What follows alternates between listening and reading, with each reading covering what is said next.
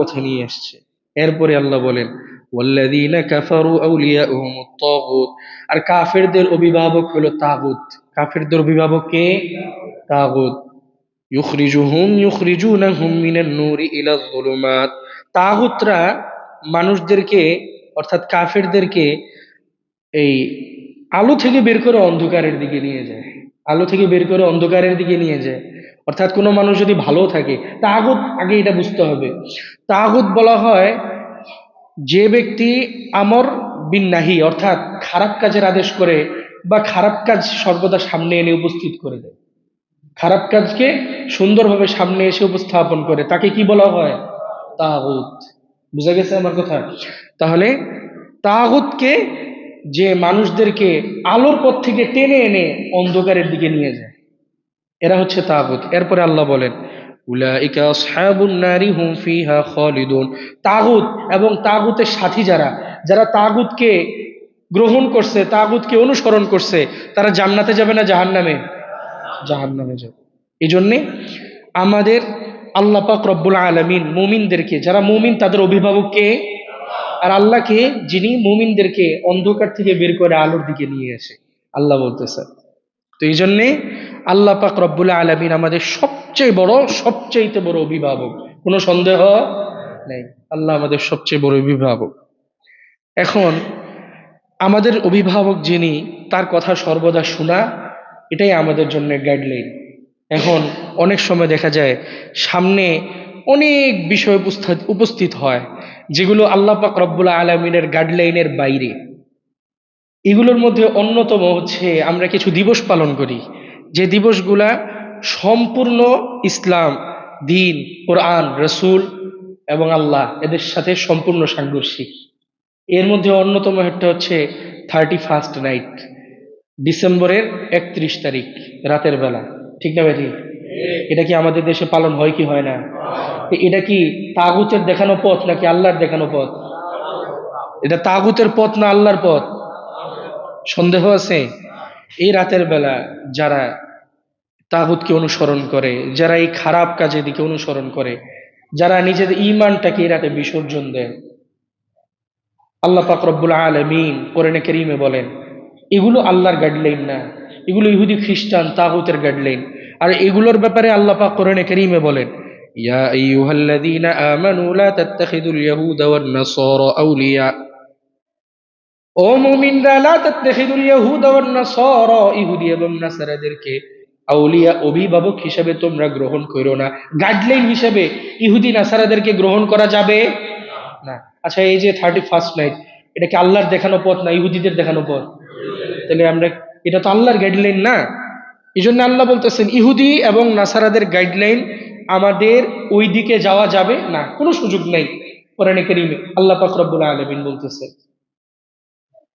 এই যে যারা ঈমানদার দাবি করে, ঈমানদার দাবি করার পরেও তারপরেও তাদের সাথে গিয়ে মিশে, কোরআনে কারীমে আল্লাহ বলেন আল্লাযীনা আমানু ওয়া লাম ইয়ালবিসু ঈমানাহুম বিযুলমিন উলাইকা লাহুমুল আমনু ওয়া হুম মুহতাদুন, যারা ঈমান এনেছে ওয়া লাম ইয়ালবিসু ঈমানাহুম বিযুলমিন, ঈমানের সাথে যারা জুলুমটাকে মিশ্রণ করে না, ঈমানের সাথে যারা জুলুমকে মিশ্রণ করে না, অর্থাৎ তাগুতকে অনুসরণ করে না, এরকম যারা ঈমানের সাথে যারা জুলুমটাকে মিশ্রণ করে না, আল্লাহর উপর অটল থাকে, আল্লাহর গাইডলাইনে চলে, উলাইকা লাহুমুল আমনু, তারা হচ্ছে প্রকৃত ঈমানদার। তারাই প্রকৃত কি? তারা নিরাপদ। কিয়ামতের ময়দানে, হাসরের ময়দানে আল্লাহ পাক তাদেরকে ধরে ধরে নিরাপদে জান্নাতে প্রবেশ করায় দিবেন। ওয়াহুম মুহতাদুন, দুনিয়ার মধ্যেই তারা পথভ্রষ্ট না, তারা দুনিয়ার মধ্যেই হেদায়েত প্রাপ্ত। তার মানে যারা ঈমানের সাথে জুলুমকে মিশ্রণ করে না তারা হেদায়েতের উপর আছে। বলেন, যারা ঈমানের সাথে জুলুমকে মিশ্রণ করে না তারা কিসের উপর আছে? আর যারা ঈমানের সাথে জুলুমকে মিশ্রণ করে তারা কি হেদায়েতের উপর আছে নাকি পথভ্রষ্টতায়? পথভ্রষ্টতায়, সন্দেহ নাই। এই জন্যে আল্লাহকে আবার বলছি, যদি সমাজ, রাষ্ট্র, আমাদের সকল কালচার একদিকে আসে আর আল্লাহ যদি আরেক দিকে আসে, আমরা গ্রহণ করব কাকে? কাকে গ্রহণ করব? আল্লাহকে। ইহুদি খ্রিস্টান অন্য কোন কালচারকে গ্রহণ করার কোনো সুযোগ নেই। হাদিসের মধ্যে রাসূল বলেন মান তাশাব্বাহা বিকওমিন ফাহুয়া মিনহুম, খেয়াল করেন, মান তাশাব্বাহা বিকৌমিন ফাহুয়া মিনহুম, যে কাউকে সাদৃশ্য অনুসরণ করলো কিয়ামতের ময়দানে ফাহুয়া মিনহুম, সে তার সঙ্গে হাসর করবে। কিয়ামতের ময়দানে তার সঙ্গে তাকে উঠানো হবে। আপনার লেবাস, আপনার চুলের কাটিং, আপনার লাইফস্টাইল, এগুলো যদি সুন্নত তরিকা না হয়, রাসূলের সুন্নত তরিকা না হয়, যার তরিকা হবে, কিয়ামতের ময়দানে তার সাথে আপনি উঠবেন। আপনার লেবাসটা যদি, পাঞ্জাবি পরলেন কিন্তু হাঁটুর উপরে ডিজাইনওয়ালা পাঞ্জাবি, যে পাঞ্জাবিগুলো সুন্নত তরিকার খেলাফ, টাইট ফিট পাঞ্জাবি, তারপরে প্যান্ট শার্ট যেগুলো, হ্যাঁ কিছু আছে শালীনতার সাথে যেগুলো পরে কিন্তু গায়ের সাথে লাগানো, যেগুলা একেবারে গায়ের সাথে লেগে যাওয়া, যে জিন্স প্যান্টগুলা, আরো বিভিন্ন, যে এখন তো বর্তমানে আমাদের অনুসরণ করার একমাত্র জায়গা হচ্ছে ইহুদি খ্রিস্টান। কোনো সন্দেহ আছে? না, 90 দশকে ওই আগে দেখ, মানে একটা পত্রিকার নাকি একটা ম্যাগাজিনের মধ্যে দেখছিলাম যে 90 দশকে আগে তাদের এই ইহুদি খ্রিস্টান অর্থাৎ ইউরোপ পশ্চিমাদের একটা ফ্যাশন ছিল হচ্ছে বেল বটম প্যান্ট।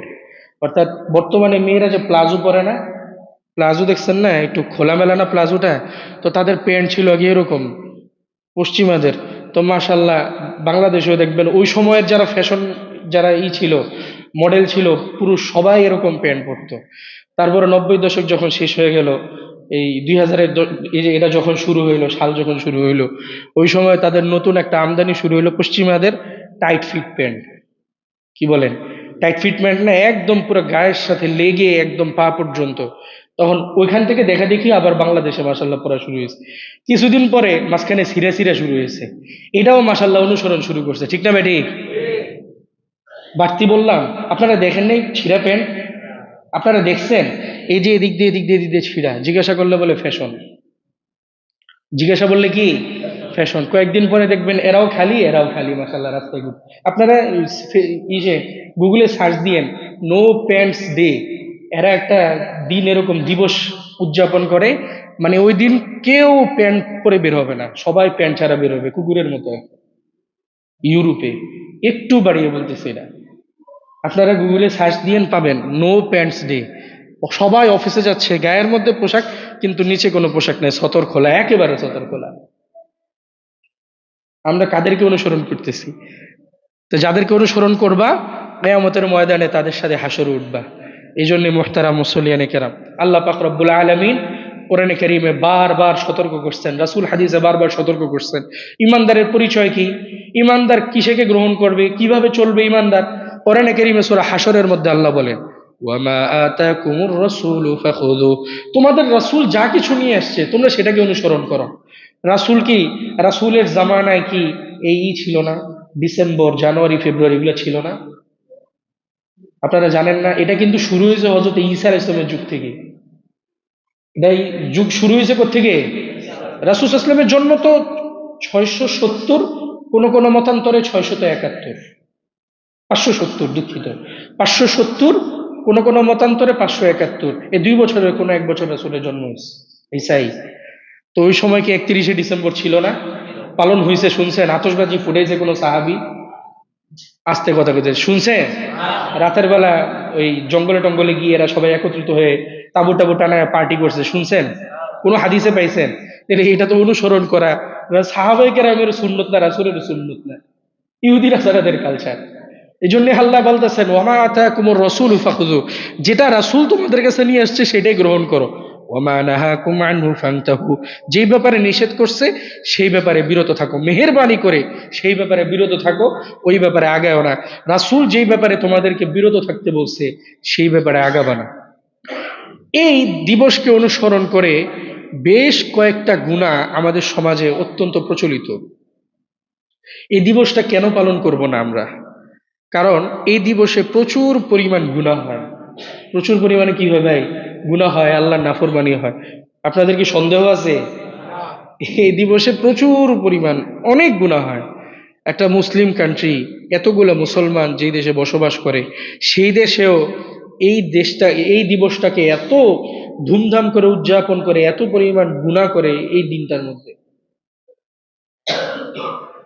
এই দিনটাকে অনুসরণ না করার কিছু গুনাহ একদম বিশেষ বিশেষ কিছু গুনাহ আছে, যে গুনাহ নিয়ে ইনশাল্লাহ আমরা আলোচনা করার চেষ্টা করব।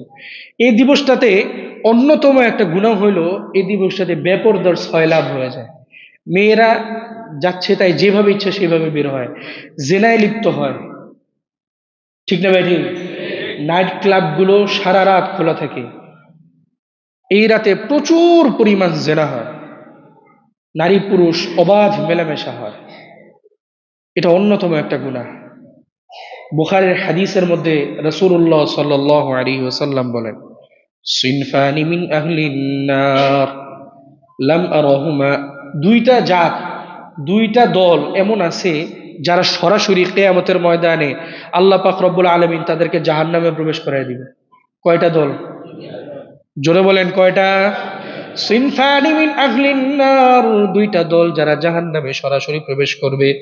আল্লাহর হাবিব বলেন, লাম আরাহুমা, এদেরকে আমি এখন পর্যন্ত দেখি নাই। অর্থাৎ এরা আসবে, কিন্তু আমার জামানায় নাই, এরা আসবে। আল্লাহর হাবিব বলেন, লাম আরাহুমা, তাদেরকে আমি এখন পর্যন্ত দেখি নাই। এক নাম্বার দল, কওমুন মাহুম সিয়াতুন কাযনিবাতিল বাকর, একটা দল হবে যাদের হাতের মধ্যে গরুর লেজের মতো বড় বড় লাঠিগুলা থাকবে। ইয়াদরিবুনা বিহান নাস, অন্যায়ভাবে মানুষকে অত্যাচার নির্যাতন নিপীড়ন করবে। চাঁদাবাজ, টেন্ডারবাজ, সমাজের মধ্যে অত্যাচার জালেম, এগুলা আছে না নাই? চাঁদাবাজ যেটি দেখবেন যে স্ট্যান্ডের মধ্যে, টেম্পু মানে বিভিন্ন বাস স্ট্যান্ড এগুলোর মধ্যে দেখবেন এর হাতের মধ্যে লাঠি নিয়ে থাকে। থাকি কি থাকে না? না দিলে বাইরে ধুইরা। তো আরো বিভিন্ন ভাবে ইয়াদ্রিবুনা বিহান্নাস, ওই হাতের মধ্যে যে লাঠিগুলো এগুলো নিয়ে মানুষকে মারবে রাতের বেলা অন্যায় ভাবে। হঠাৎ করে দেখবেন দলবল নিয়ে মানুষের ঘরে এসে আক্রমণ করতেছে।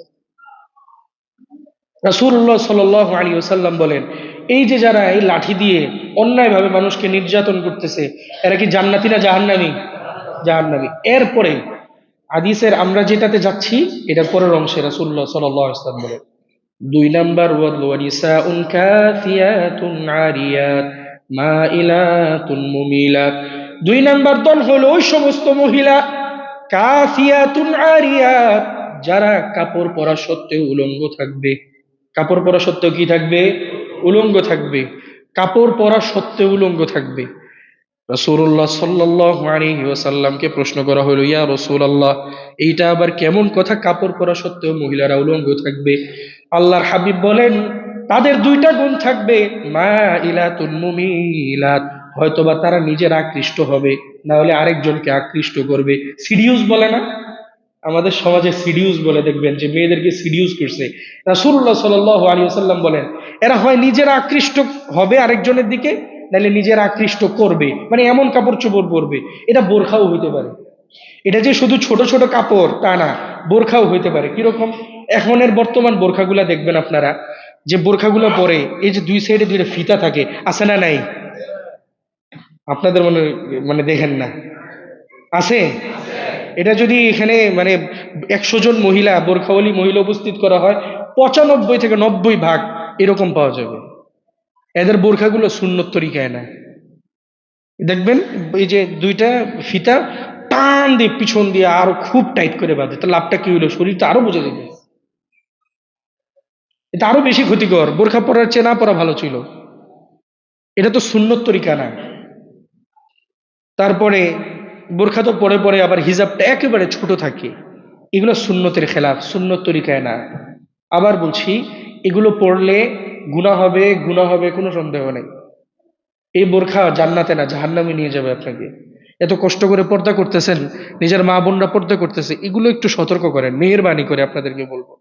তাহলে রাসূলুল্লাহ সাল্লাল্লাহু আলাইহি ওয়াসাল্লাম বলেন, ওই সমস্ত মহিলারা যারা কাপড় পরিধান করেও কি থাকবে? উলঙ্গ থাকবে। কাপড় পরিধান করে যারা উলঙ্গ থাকবে, নিজেও সিডিউস হবে, আরেকজনকেও সিডিউস করবে। এরপরে রাসূলুল্লাহ সাল্লাল্লাহু আলাইহি ওয়াসাল্লাম বলে, রুউসুহুন্না কাসনিমাতিল বুখতিল মাইলা, তাদের মাথার উপর থাকবে, খেয়াল করেন, মাথার উপর ওটের কুজের মতো লম্বা চড়া করে রাখবে মাথাটা। মাথাটা ওটের কুজের মতো লম্বা করে রাখবে, চুল বেঁধে এইখানে খোপা করে, আসারা নাই? এইখানে খোপা করা এটা না জায়েজ, এটা করা যাবে না। এটা করা যাবে না। একদম মাথার উপর খোপা করা এটা নিষেধ। তাহলে রাসূলুল্লাহ সাল্লাল্লাহু আলাইহি ওয়াসাল্লাম বলতেছে, দুই দল জাহান্নামী, তাদেরকে আমি দেখি নাই কিন্তু তারা আসবে দুনিয়ার মধ্যে। একদল হলো অন্যায়ভাবে যারা মানুষকে অত্যাচার করে, অন্যায়ভাবে যারা মানুষকে কি করে, অত্যাচার করে। দুই নাম্বার ওই সমস্ত মহিলারা যারা কাপড় পরিধান করে উলঙ্গ থাকে, নিজেও আকৃষ্ট হয়, অন্যকেও আকৃষ্ট করে। নাউজুবিল্লাহ। এরপরে রাসূল বলেন, লা ইয়াজিদনাল জান্নাতা লা তাদখুলনাল লা ইয়াদখুলনাল জান্নাতা ওয়া লা ইয়াজিদনা রিহাহা। এরা কশ্চিনকালেও জান্নাতে প্রবেশ করবে না। এই দুই দল কশ্চিনকালেও জান্নাতে প্রবেশ করার কোনো সুযোগ নেই। ওয়ালা ইয়াজিদনা রিহাহা, এরা জান্নাতের ঘ্রাণও পর্যন্ত পাবে না। আল্লাহর হাবিবের পরে বলেন, ওয়া ইন্না রিহাহা লাতুজাদু মিন মাসিরাতি 40 আমা। জান্নাতের ঘ্রাণ এত সুন্দর, এত সুন্দর, জান্নাতে যাওয়ার 40 বছর আগেই আল্লাহ পাক রব্বুল আলামিন জান্নাতীর নাকের মধ্যে জান্নাতের ঘ্রাণ প্রবেশ করে দিবে। এত কঠিন জান্নাতের ঘ্রাণ, এই ঘ্রাণও এই মহিলারা পাবে না, এই পুরুষরা পাবে না যারা অত্যাচার করে। আর যে সমস্ত মহিলারা এরকম ভাবে উটের কুজের মতো চুল বাঁধে এবং টাইট ফিট পোশাক পরে, যে পোশাক পরে অন্যকে সিডিউস করে, আকৃষ্ট করে। এই জন্য মেহেরবানি করে বলবো, মা বোন তো সবার আছে এখানে, আমরা যদি একটু সতর্ক হই পর্দার ব্যাপারে মা বোনদের। এই রাতে খুব খারাপ লাগে, খুব খারাপ লাগে যে নিজেরা এত চিন্তা করি মেয়ের জন্য, এই নিজের মেয়েদের দিকে খেয়াল রাখি না। শেষ সময় দেখা যায় মেয়েটা উল্টাপাল্টা করে বসে, অন্য ছেলের সাথে দেখা যায় সম্পর্ক হয়ে যায়, বিভিন্ন জেনার মধ্যে লিপ্ত হয়, পরবর্তীতে এগুলো প্রকাশ পায়, সমাজের মধ্যে নাক মুখ কাটা যায়। অথচ একটু সাবধানতা অবলম্বন করলে সবকিছু ঠিক ছিল। এগুলো কেন করি? আমাদের মেয়েদেরকে যদি আমরা কন্ট্রোল করি, আমারটা খায়, আমার ইনকাম করা, আমার পরিশ্রমের টাকা সে খাচ্ছে, আমি কি তারে শাসনের মধ্যে রাখতে পারবো না? এটা অসম্ভব কিচ্ছু না। এজন্য মেহেরবানি করে, বিশেষ করে এই রাতগুলাতে দিবসকে কেন্দ্র করে, কোনো মেয়ে যেন, আমাদের মা বোনরা এই রাতে অন্য কোথাও অনুষ্ঠান এগুলাতে যেন না যেতে পারে, খেয়াল রাখবো তো ইনশাআল্লাহ? পারবো তো ইনশাআল্লাহ? আমার মা বোন যদি জাহান্নামে যায়, কি বলেন, আমারে রেখে যাবে নাকি নিয়ে যাবে সাথে? কোরআনে কারিমে আল্লাহ বলেন, রব্বানা ইন্না আতা'না সাদাতানা ওয়া কুবারা'ানা ফাআদাল্লুনা সাবিলা। ও মালিক, ইন্না আতা'না সাদাতানা, আমি আমার বাপরে অনুসরণ করছিলাম। ও মালিক, আমার বাপ যে এরকম ভাবে রাখছে আমি সেইভাবে ছিলাম। স্ত্রী বলবে, আমার স্বামী আমাকে যেইভাবে রেখেছে আমি সেইভাবে ছিলাম। মা বলবে, আমার বড় সন্তান আমাকে যেইভাবে রেখেছে আমি সেইভাবে ছিলাম। ওয়াকুবারা'ানা ফাআদাল্লুনা সাবিলা। মালিক, দুনিয়ায় থাকতে আমরা পথভ্রষ্ট হইনি, তারাই আমাদেরকে পথভ্রষ্ট করছে। নাউজুবিল্লাহ বলবেন না? এরপরে তারাই ওই হাসরের ময়দানে আল্লাহর সামনে দুই হাত তুলে কি দোয়া করবে দেখেন, রব্বানা আতিহিম দুইফাইনি মিনাল আযাব ওয়ালআনহুম লা'নান কাবীরা। মালিক, আমারে যদি জাহান্নামে একদিন রাখেন, আমার বাপরে রাখবেন 2 দিন। আমারে যদি জাহান্নামে রাখেন, আমার ভাইরে জাহান্নামে রাখবেন কয়দিন? জোরে বলেন, কয়দিন? আমারে যদি জাহান্নামে রাখেন, আমার স্বামীরে রাখবেন কয়দিন? মানে ডাবল শাস্তি। বলবে, আল্লাহ আমারে যদি শাস্তি দেন, আমার স্বামীরে আপনি ডাবল শাস্তি দিবেন। রব্বানা আতিহিম দুইফাইনি মিনাল আযাব ওয়ালআনহুম লা'নান কাবীরা। মালিক, আমারে যদি শাস্তি দেন, আমার স্বামীরে, আমার ভাইরে, আমার বাপকে দিবেন ডাবল শাস্তি। এই জন্যে ভাই, নিজে তো গুনাহ করি না, অনেক সময় বড় হাজি সাহেব, খুব আমল করি, কিন্তু মেয়ে বিবি এগুলোর দিকে খেয়াল রাখি না। এরা কি করতেছে না করতেছে, বেপরদায় চলাফেরা করতেছে, এগুলোর কোনো খেয়াল নেই। এগুলোর একদম পুঙ্খানুপুঙ্খানুরূপে হিসাব আল্লাহ সামনে। আচ্ছা, আপনার স্ত্রী খায় কাঠটা, আপনারটা না? চুপচাপ আছে, মানে সবাই কি, মানে আপনার স্ত্রী কি অন্যটা খায়? কার কামাই খায়? নিজের কামাই খায় না? তা আপনার স্ত্রী আপনার কামাই খায়, আপনার ঘরে থেকে আপনার কথা কেন অমান্য করবে? হ্যাঁ, এটা সম্ভব? আপনি যদি বলেন পর্দা করতে হবে, আমার ঘরে থাকলে জবানের হেফাজত করতে হবে, আমার ঘরে থাকলে শরীরের হেফাজত করতে হবে, জেনা থেকে মুক্ত থাকতে হবে, আমার ঘরে থাকলে ঘর থেকে বোরকা ছাড়া বের হইতে পারবে না, স্পষ্ট নিষেধ। যে সে কিভাবে পারবে? শক্ত হন, কঠিন হন। হ্যাঁ, এমন আবার সমাজে কঠিনও হওয়া যায় না। এমন হালত। এখন তো আমরা সাধারণত বিয়ে করি না, মহিলাদেরকে কিনে নিয়ে আসি যৌতুকের মাধ্যমে, ঠিক না বেটি? কিছু কইতেও পারে না, শ্বশুর বাড়ি থেকে জিনিসপত্র পায়, বকাচকা দিলে আবার শ্বশুর বাড়িতে বিচার দিলে আরেক ঝামেলা, জিনিসপত্র দেওয়া বন্ধ করে দিই, এই জন্য চুপ থাকে। দেখ, খাইতেছি খাইতেছি, ঝামেলা করার দরকার আছে? আবার আবার যদি বকা দেন, ধরেন কোন রকম যে হুজুর বলছে পর্দা ছাড়া বের হওয়া যাবে না, একদম স্ট্রেট ফরওয়ার্ড মুখের উপর বলে দিবে, ঠিক আছে দুইটা বাচ্চা আছে, হুজুরের কজায় পালতে, আমি যদি পালি, আমি যদি তোমার ঘর সামলে, আমারে আমার মতো থাকতে দিতে হবে, আছে না নাই? একদম মুখের উপর বলে দিবে। এই জন্যে বিবিকে আগে থেকে একদম যাই, যে আপনি শুরুতে একদম লাঠি দিয়া বাটাম দিয়া মারা শুরু করবেন, আমি এটা বলতেছি না। আমি বলতেছি আপনি তালিম করেন, আপনি যে হাদিসগুলো বলেন, হাদিসগুলো বুঝান। এই যে পর্দার হাদিসগুলো বলতেছি, কয়জন আছেন পরিবারে যেগুলো শুনান? তালিম করেন নিম্নে প্রতিদিন। আপনাদেরকে অনুরোধ করব, অনুরোধ করে লাভ কি, নিজেরা তালিম শুনেনি না, বিবিরে যায় তালিম কি করবেন? অনুরোধ করব, নিম্নে 5 মিনিট ঘরের মধ্যে একটু বিবিরে বাচ্চাদেরকে সামনে নিয়ে এটা হাদিস শুনান না, কোরআন আয়াতগুলো এগুলো শুনান না। আল্লাহ পাক আমল করার তৌফিক দান করুক। তাহলে জেনা যারা করে কিয়ামতের ময়দানে এরা সরাসরি জাহান্নামে যাবে। আর জেনার পরীক্ষা আল্লাহ সবার সামনে দিবে, সবাইকে আল্লাহ পাকে পরীক্ষার মধ্যে এই অবতীর্ণ করাবেন। এটা থেকে বেঁচে থাকা, এটাই হচ্ছে মুত্তাকির পরিচয়। এই জেনার এই পরীক্ষার সম্মুখীন আমরা সবাই হব, এটা রাসূল বলে গেছেন। হাদিসের মধ্যে রাসূল বলেন, তিরমিজি শরীফের হাদিস, ইন্নাল্লাহা কাতাবা ইবনা আদম হাযযাহু মিনাজ জিনা আদরাকা যালিকা লা মাহালা। আদম সন্তান প্রত্যেককে আল্লাহ পাক রব্বুল আলামিন জেনার সম্মুখীন করাবেন, জেনার গুনাহ দ্বারা আদম সন্তানকে পরীক্ষা করবেন, কোনো সন্দেহ নেই। আল্লাহ রাসূল বলেন লা মাহালা, কোনো সন্দেহ নেই এই ব্যাপারে যে পরীক্ষা করবেনই। এরপরে আল্লাহ রাসূল বলেন ফাজিনাল আইনি আন নাজর, চোখের জেনা হইল দেখা। চোখের জেনা কি? আওয়াজ আসতে, চোখের জেনা কি? দেখা। মানে এমন আসতে কয়, হুজুর এই গুনাহ জীবনে করিই নেই, মানে কুমু কি নাকি? চোখের জেনা আমাদের হয় কি হয় না? আরে কি বলবো, রাস্তার যে অবস্থা, চোখ উঠানো যায় না। চোখের জেনা তো সবাই করি। আল্লাহ আল্লাহ আমাদেরকে হেফাজত করুক। এই যে নজর পড়ে যায়, অনেক বড় গুনাহ। এখন সরাসরি পড়লে গুনাহ হয়, যদি কেউ একটু চোখ বাঁকা কইরা একটু এমনি তাকায়, তাহলে গুনাহ হবে? গুনাহ হবে?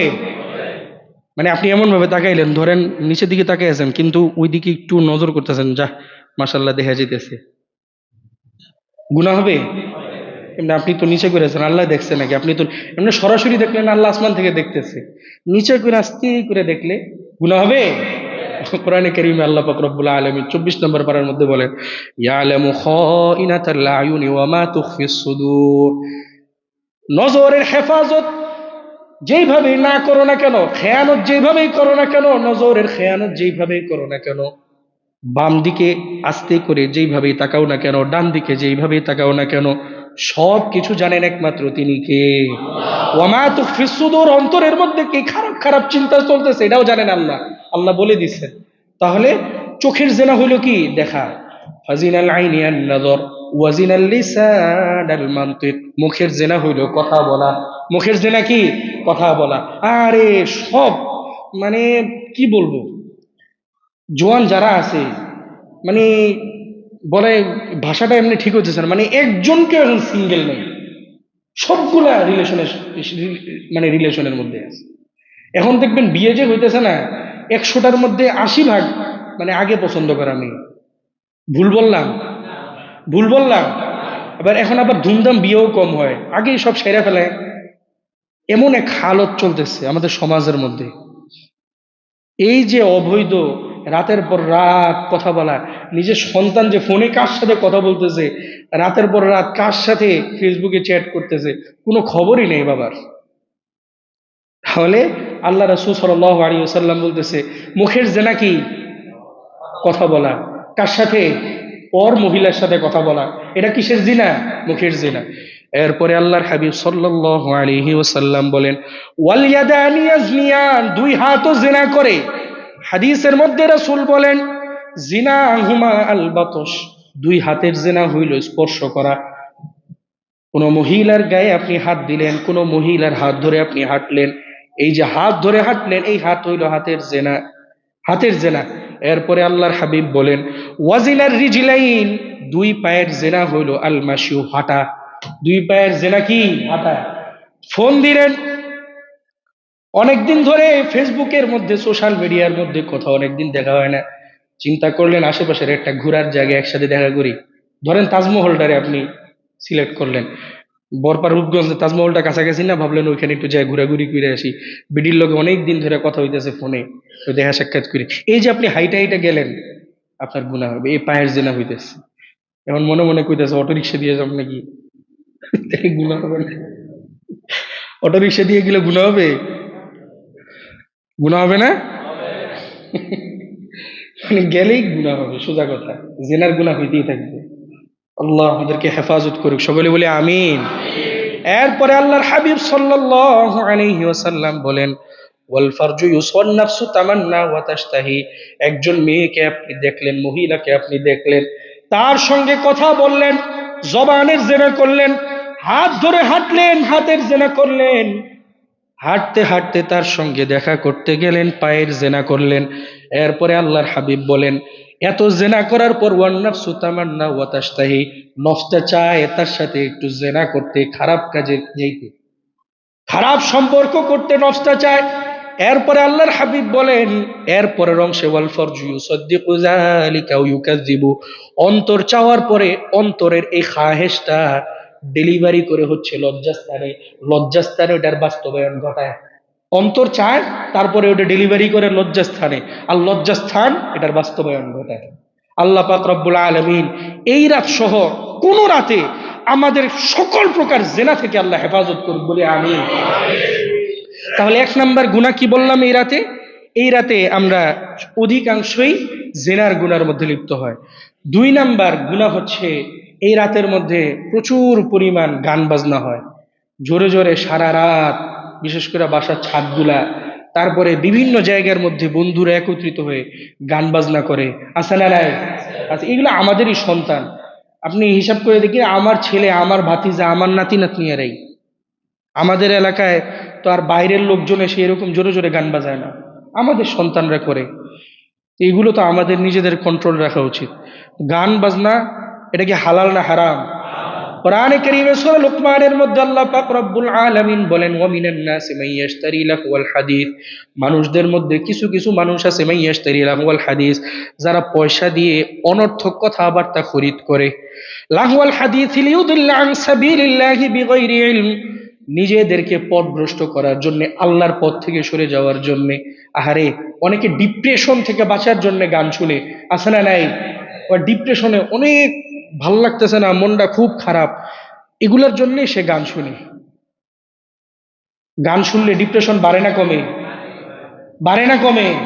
আপনি যতই বলেন কমে, বাড়ে, শেষ সময় দেখবেন বাড়ে। গান শুনলে কোনো খারাপ কাজে আল্লাহ পাক রব্বুল আলামিন বরকত খায়ের রাখেন নাই, এটা অসম্ভব ব্যাপার।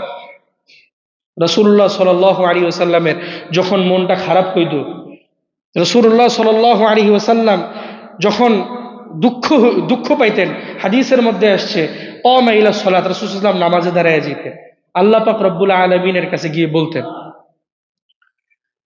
তারপরে গান তো করে করে অন্যতম আরেকটা বড় গুনাহ হইল এই রাতে নিষিদ্ধ, ইসলামের মধ্যে অন্যতম নিষিদ্ধ একটা কাজ হলো মদ পান করে, আছে না নাই?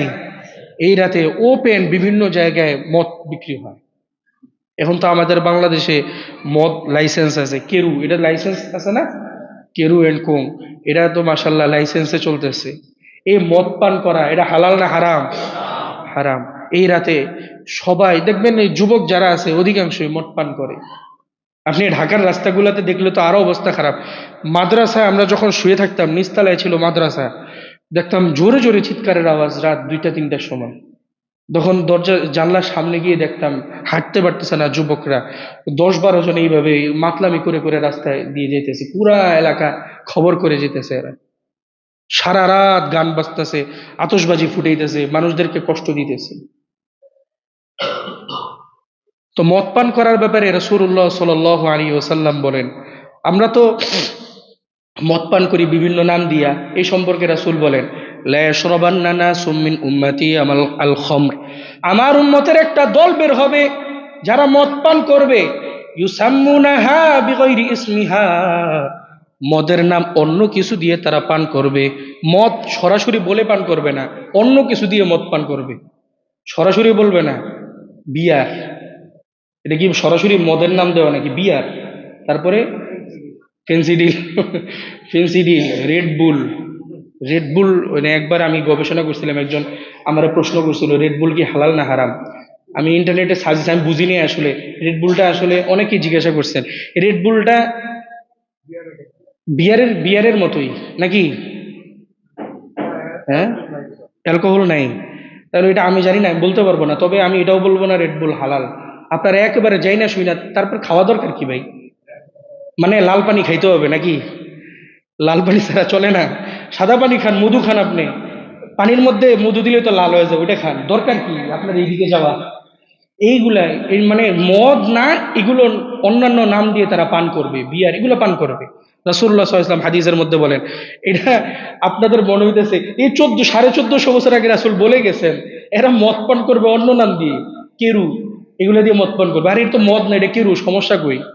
আউযুবিল্লাহি মিন যালিক। তো রাসূল বলতেছে আমার উম্মতের একটা দল মদ অন্য নাম দিয়ে পান করবে। এরপরে বলে ওয়ায়ুযাফু আলা রুউসিহিম বিল কাইনাতি ওয়াল মুগান্নিয়ান, সারা রাত বাদ্যযন্ত্র, নায়িকা গায়িকা নিয়ে সারা রাত কাটায় দিবে। এই রাতের বেলা সারা রাত গান শুনতে শুনতে, এত জোরে জোরে গান বাজায় আল্লাহর বান্দারা, এত জোরে জোরে গান। বাংলা বাজাইলে একটা কথা ছিল, বাংলা বাজানো আবার জায়েজ আছে এটা বলতেছি না, মানে বাজাইলে একটা কথা ছিল বোঝা যায়। ইংলিশ বাজায়, এত জোরে জোরে বাজায়, আপনি দেখবেন যায় জিজ্ঞাসা করবেন ভাই এই যে গানটা শুনলেন একটু তর্জমা করে দেন, পারবে? কথা বলে না। এই যে গানটা এত লম্বা গান জোরে জোরে মানুষদেরকে শুনাইলো, আপনি জিজ্ঞাসা করবেন এটা তাফসীর, একটু ব্যাখ্যা একটু করে আমার শুনান গানটা, পারবে সে? বলবো না, একটু জোরে জোরে বিট আসে, বাজি, এর লগে লগে নাচি, ভাল লাগে। গান এমন খারাপ জিনিস, আমি কি বলবো। ওইদিন হসপিটালে গেছি, এক মুফতি সাহেব নিয়ে, আমরা অনেক বড় বক্তা, নাম বললে অনেকে চিনে ফেলবেন। তো ওনার সাথে সহ আমরা উত্তরের এক হসপিটালে গেছি। তো ওইখান থেকে বের হয়ে আমরা হাঁটতে হাঁটতে দিয়াবাড়ি গেছি পরিবার সহ। এখন একটা রেস্টুরেন্টে বসছি খাওয়া খাওয়া দাওয়া করার জন্যে, পাশে মেলা বসছে, দিয়াবাড়ি মেলা বসছে, জোরে জোরে বিটে গান বাজাইতেছে।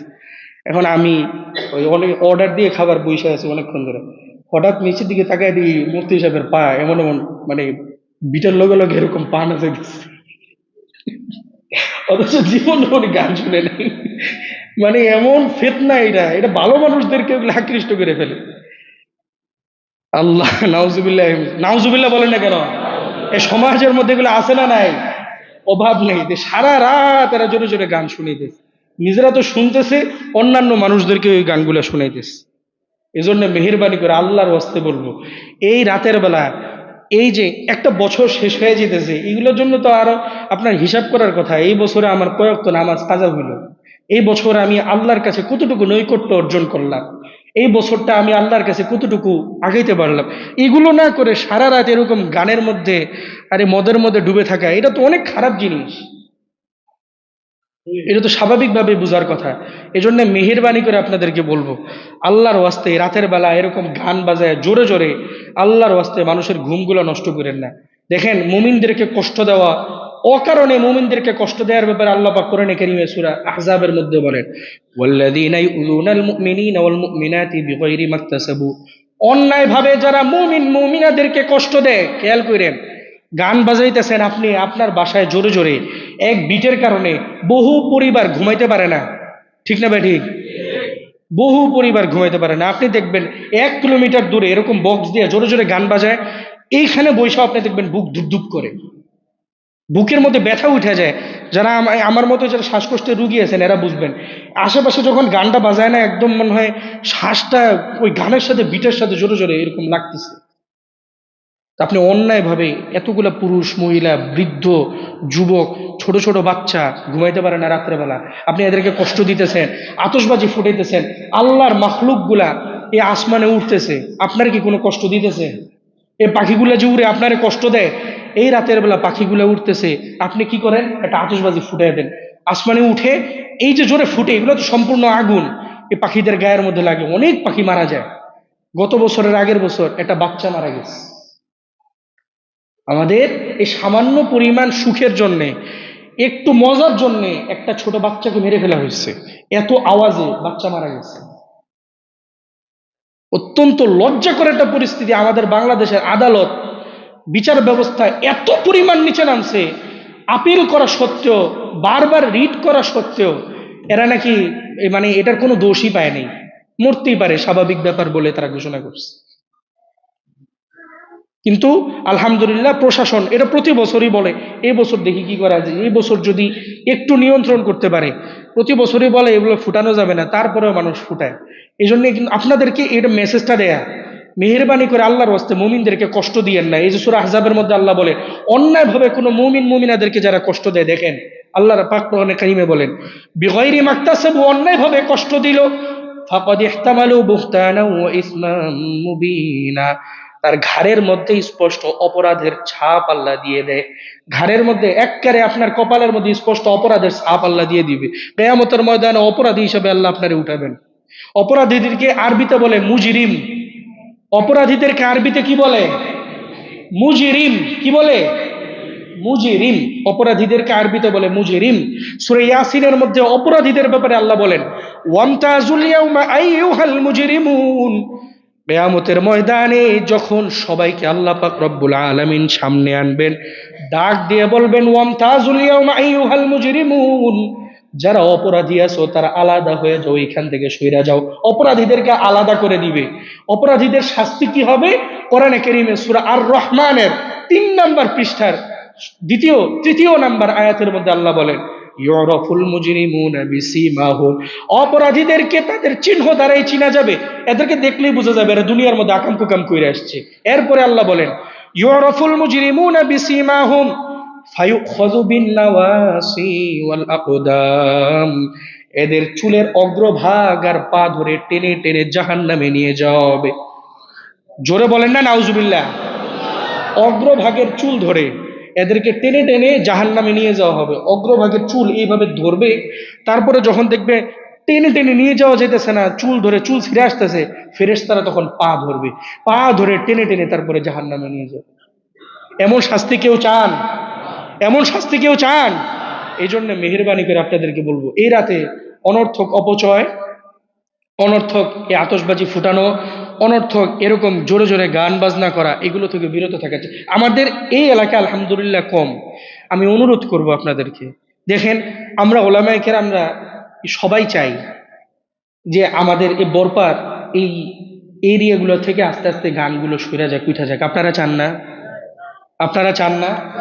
এই আওয়াজ শুনে মনে হইতেছে আপনারা চান না। চান আপনারা? আপনারা চান না যে এই বৃহস্পতিবার রাতগুলো সুন্দরভাবে মানুষ ঘুমাক, এই বৃহস্পতিবার রাতগুলোতে ঘরের উপরে এরকম গান টান না বাজুক? আপনারা চান না? দেখেন আপনারা মেহেরবানি করে আমরা অনুরোধ করে বলতেছি, দায়িত্বশীল যারা আছেন, দায়িত্বশীল এখানে যারা আছেন, এই এলাকার দায়িত্বশীল যারা আছেন, আমিও আপনাদেরকে অনুরোধ করব, সমাজের মসজিদ কমিটি যারা আছেন, মসজিদ কমিটির দায়িত্ব এটা, মসজিদ কমিটির দায়িত্ব এটা, এগুলো বন্ধ করা। আপনাদের অনুরোধ, আপনারা অন্তত, কারণ সবাই হলো আপনাদের ভাতিজা, কমিটির যারা আছেন, কেউ আপনাদের ভাতিজা, কেউ আপনাদের ভাগিনা, কেউ আপনাদের নাতি নাতনিও আছে। আপনি মেহেরবানি করে এদের কাছাকাছি গিয়ে এটা বলে দিবেন, এই বাজাইস না, এত জোরে বাজাইস না। আপনার যদি এত শুনতে ইচ্ছা করে, আপনি হেডফোন নেন না, জোরে জোরে বিটে গান বাজে, সমস্যা কি? আপনি লাফান, সারা রাত করে আপনি নাচেন, এই মানুষগুলোরই কেন কষ্ট দিতেছে? এই জন্য মেহেরবানি করে আপনাদেরকে বলবো, শেষ রাত, এই রাতটাকে আল্লাহ পাক রব্বুল আলামিনের কাছে নিজেকে অপরাধী হিসেবে চিহ্নিত করেন না। যে কথাগুলো বললাম, আল্লাহ পাক রব্বুল আলামিন আমাদেরকে বুঝে শুনে আমল করার তৌফিক দান করুক। গান বাজাবো? গান বাজাবো? আতশ আতশবাজি ফুটাবো? গান বাজাবো? আতশবাজি ফুটাবো? কোনো খারাপ কাজে লিপ্ত হব? গান বাজাবো না, জোরে জোরে অন্যকে কষ্ট দিব না গান বাজানোর মাধ্যমে। গান যে অনুষ্ঠানে হয়, হলুদের যে জোরে জোরে অনুষ্ঠানটাতে হয়, ওই হলুদের অনুষ্ঠানটাতে, আমি বিয়ার কথা বলবো না, আপনার আত্মীয় হইতে পারে, কিন্তু বাজার সময় ওই অনুষ্ঠানে আমরা প্রবেশ করব না। পারবো? এই এই ওয়াদাটা করতে পারি ইনশাআল্লাহ? না, পারতেন না? এই ওয়াদাটা করা যায় না ইনশাআল্লাহ? হলুদের কি বলবো, আর হলুদের খাবারের মধ্যে মজার মজার খাবার, এখন লোভ সামলাতে পারে না, চলে যেতে হয়। কিন্তু মেহেরবানি করে বলবো, অনুরোধ করব, এই গানের অনুষ্ঠানে আমরা যাব না কে কে তৈরি আছে ইনশাআল্লাহ? শোনা না, ওই দাঁড়া রাখেন, বুঝে শুনে হাত তুলেন। হুদা হাত তুললেন না, হুজুরে কইছে বাস বিসমিল্লাহ করে তুলি। বুঝে শুনে হাত তুলেন। ইনশাআল্লাহ কোনো গানের অনুষ্ঠানে যাব না, নিজেও জোরে গান বাজাবো না, এবং অপরকেও গান বাজাতে অনুৎসাহিত করব। পারবো ইনশাআল্লাহ? কে কে আছে ইনশাআল্লাহ? লিল্লাহি তাকবীর। আল্লাহ আমাদের হাতগুলা কবুল করে নেন, সকলে বলি আমিন। তারপরে আরেকটা ব্যাপার হলো, সামনে আসতেছে শীত। একটা দাওয়াত দিয়ে আপনাদেরকে শেষ করে দিই। সামনে শীত আসতেছে, এখন তো বিয়ার ধুম হবে নাকি? সব জায়গায় মাশাআল্লাহ বিয়ার প্রস্তুতি নিতেছেন, অনেকে ছেলের নাতি নাতনিদের বিয়ার। আপনাদেরকে মেহেরবানি করে বলবো, সুন্নতের অনুসরণ করেন, সুন্নতি বিয়েগুলো পড়ান। আমি দায়িত্ব নিয়ে ইনশাল্লাহ জুমার দিনে সবাইকে নিয়ে, এই জুমার দিনে যারা আসে সবাই মুসল্লি না? জোরে বলেন, সবাই মুসল্লি না? সবাই নামাজি না? এখানে আমরা এখানে যারা আসছি, আমরা কি কাবাডি খেলার লেগে আসছি? এখানে কিসের লেগে আসছি? নামাজ পড়ার জন্য না, খাওয়ার জন্য আসছি? তো এই সবাই হলো মুসল্লি। সবাই যদি আপনার ছেলে মেয়ের জন্য দোয়া করে, আল্লাহকে দোয়া কবুল করবে না ফিরাই দিবে? সন্দেহ আছে?